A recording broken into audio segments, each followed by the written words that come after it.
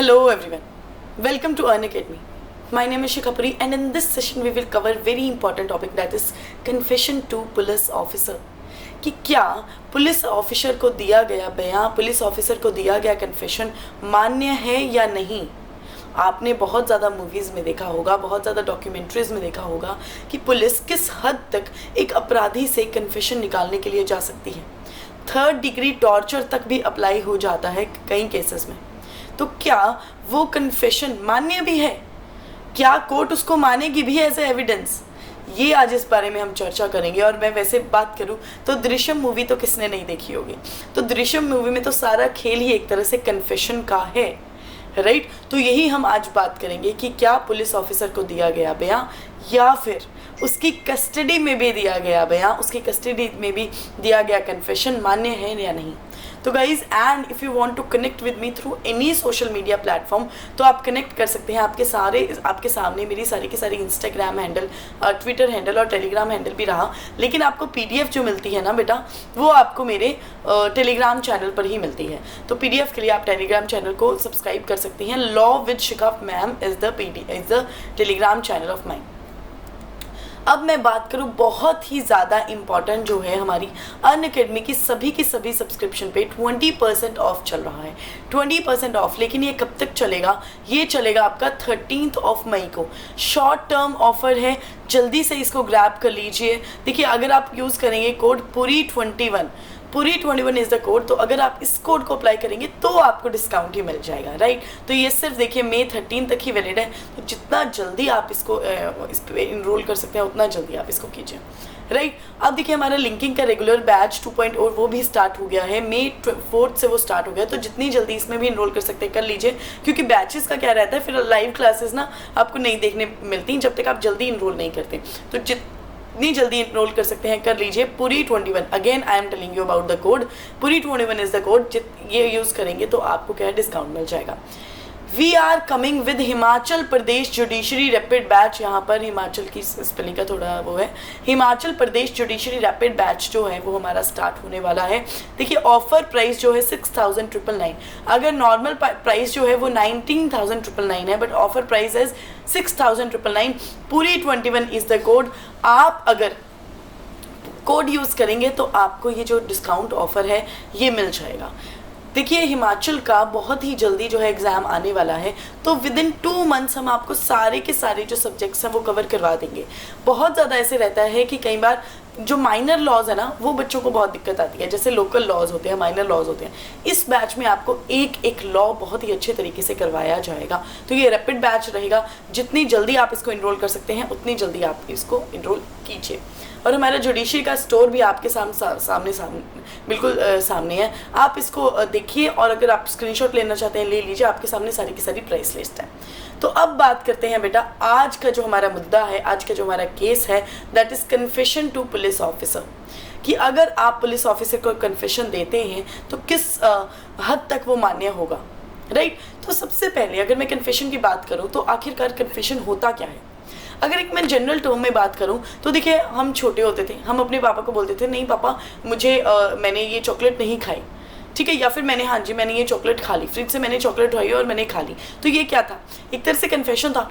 मैंने अपनी गलती मानी और मैंने क्या किया, सॉरी भी मांग लिया कि हाँ जी मुझसे गलती हुई है, मैंने चॉकलेट खाई थी, अब आपने जो सज़ा देनी है दे दीजिए, राइट। एक नॉर्मल टर्म में तो यही कन्फेशन होता है ना।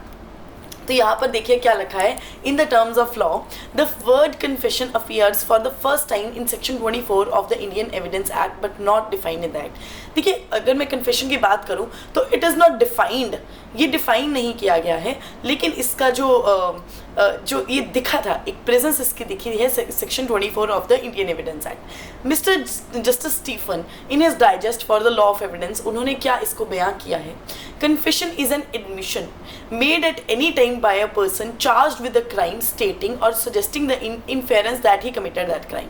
कि देखिए, एक कन्फेशन एक तरह से ये एडमिशन है, किसी पर्सन ने एडमिट किया है कि हाँ ये जो भी मेरे ऊपर चार्ज लगा है वो मैंने किया है, या फिर वो ये सब सजेस्ट कर रहा है कि जो भी ये चार्ज लगा है मैं उसमें इन्वॉल्व था। तो ये सब बातें जो होती हैं कि मैं उसमें इन्वॉल्व था, मैंने ये काम किया है, ये सब कुछ क्या होता है, एक तरह से कन्फेशन होता है।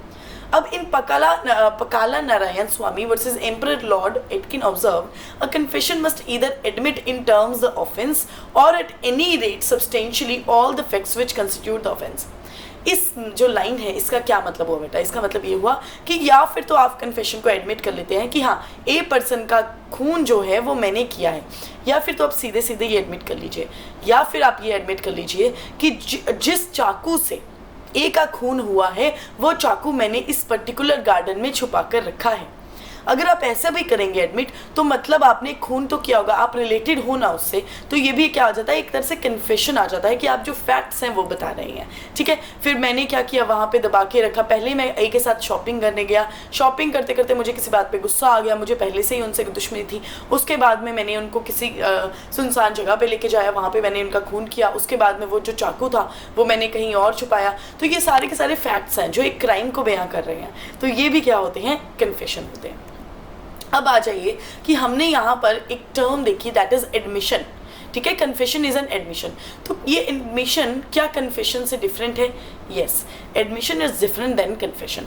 एडमिशन में देखिए, according to definition given under section 17 of Indian Evidence Act, admission is a statement which suggest some inference as to existence of a fact in issue और fact relevants to the issue. अब मैंने आपको यही example दिया कितना इस तरह से कि आप ए के साथ शॉपिंग करने गए, तो अगर आप ये मान रहे हैं कि हाँ मुझे खून का नहीं पता कर, हाँ लेकिन मैं ए के साथ शॉपिंग करने गई थी उसी दिन जिस दिन इनका खून हुआ, तो ये आपने एक स्टेटमेंट एडमिट की है। इसी को कहा जाता है एडमिशन, कि कोई भी आपने फैक्ट जो है, जो रेलेवेंट फैक्ट है, obviously this is relevant fact कि आप खून के दिन उनके साथ थे, तो ये क्या है, एक फैक्ट है, एक रेलेवेंट फैक्ट है, और इसको आपने एडमिट कर लिया है, तो इसको कहा जाता है admission. But this is different than confession, right. अब यहाँ पर फॉर्म्स ऑफ कन्फेशन, कन्फेशन आखिर किस तरह की होती हैं? देखिए, दो टाइप की कन्फेशन होती है। एक तो जुडिशियल कन्फेशन जो 164 ऑफ सीआरपीसी कहती है कि आपने जज के सामने कन्फेस कर लिया कि हाँ मैंने खून किया है। एक एक्स्ट्रा जुडिशियल कन्फेशन कि आपने क्या बयां किया, आपने अपने दोस्त को बता दिया कि हाँ उधर मैंने जाकर चोरी की है उस पर्टिकुलर घर में, ये आपने एक्स्ट्रा जुडिशियल कन्फेशन किया। अब जो मुद्दा है, जो हमारा क्वेश्चन था कि भैया मुझे बताओ तो सही कि क्या पुलिस को दिया गया कन्फेशन वो मान्य है कि नहीं, तो सेक्शन 25 ने सीधे सीधे बोल दिया कि no confession made to a police officer shall be proved as against a person accused of an offence. कि कोई भी कन्फेशन जो आपने पुलिस ऑफिसर को दिया है वो मान्य नहीं होगा, वो उसके खिलाफ प्रूव नहीं किया जाएगा। मैंने क्योंकि पुलिस के डर से, मैंने पुलिस के टॉर्चर से मान भी लिया कि हाँ वहाँ पर खून मैंने किया है, लेकिन अगर आप ये चीज़ कोर्ट में नहीं मानोगे तो यहाँ पर वो कन्फेशन नहीं माना जाएगा। तो पुलिस ऑफिसर को दिया गया बयान, पुलिस ऑफिसर को दिया गया कन्फेशन नहीं माना जाता, ये हमारा लॉ कहता है। अब इसके पीछे अगर ऑब्जेक्टिव की बात करूं तो क्या है? In Queen Empress versus Babulal 1898, it was observed that objective behind this rule is to prevent the practice of torture and oppression by police officer for the purpose of extorting confessions and securing convictions। देखिए, police कई बार ऐसा होता है कि किसी भी case को open and shut बनाने के लिए क्या करती है कि कन्फेशंस निकालने लग जाती है अक्यूज्ड है। उन्होंने जिसको भी पकड़ा उससे निकालने लग जाती है कि हाँ तुमने चोरी की है, तुमने खून किया है, और उनको 3rd डिग्री तक टॉर्चर देती हैं। तो अब यहाँ पर इसीलिए इसी चीज़ को अवॉइड करने के लिए यहाँ पर ये रूल बनाया गया कि पुलिस ऑफिसर को अगर बयान दे भी दिया, अगर कन्फेशन दे भी दिया, तो वो मान्य नहीं होगा, इसी चीज़ से बचने के लिए कि वो टॉर्चर ना करे ज़्यादा एक्यूज्ड पर्सन को। If confession to police officer is made admissible, the police officers would go to the heights of torturing the accused and compel him to make an involuntary statement merely by for gaining credit and would result in grave justice।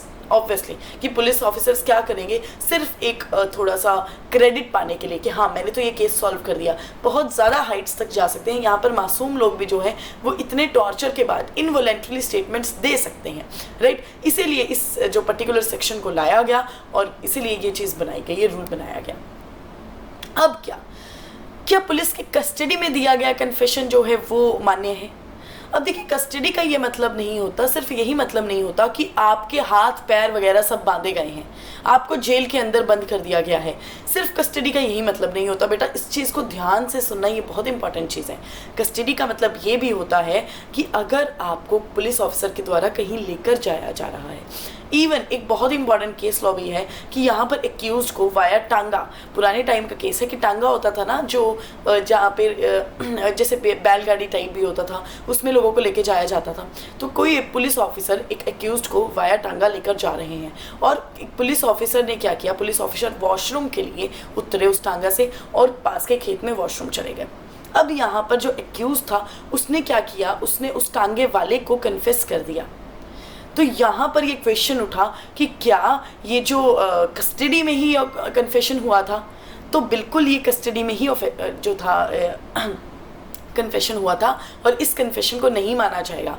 देखिए, custody का मतलब कि अगर आपकी movement किसी police officer के द्वारा control की गई है, अब इस केस में आपको टांगा के द्वारा लेके जाया जा रहा था, तो आपकी मूवमेंट एक पुलिस ऑफिसर के द्वारा कंट्रोल की गई थी, तो ये भी आती है कस्टडी। अब देखिए क्या लिखा है, no confession made by any person while he is in the custody unless it is made in the immediate presence of a magistrate shall be proved as against such person. तो police custody क्या होता है, the custody is no mere physical custody, कि police ने आपका हाथ पकड़ा हुआ है, यही सिर्फ कस्टडी नहीं होता है। There must be two things in order to constitute his custody.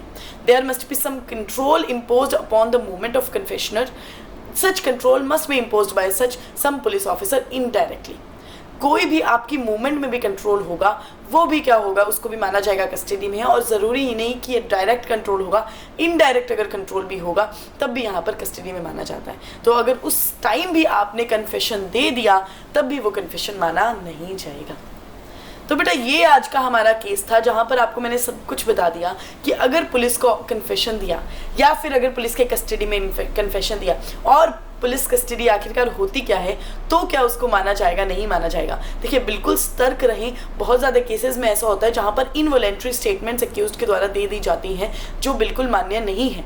हमारा लॉ जो है बिल्कुल मानता नहीं है कि किसी भी बेकसूर को सज़ा हो, इसीलिए ये जानना, अपना हक, अपने लॉज जानना बहुत ही ज़रूरी है, जो अनअकैडमी आपके लिए लेकर आता है। तो गाइज, आज का सेशन यहीं पे ख़त्म करते हैं। आई होप आपको सेशन पसंद आया होगा, आई होप आपको सेशन समझ में आ गया होगा। अगर आ गया है तो आप वीडियो को जो है लाइक करें और चैनल को सब्सक्राइब करें। थैंक यू सो मच बेटा।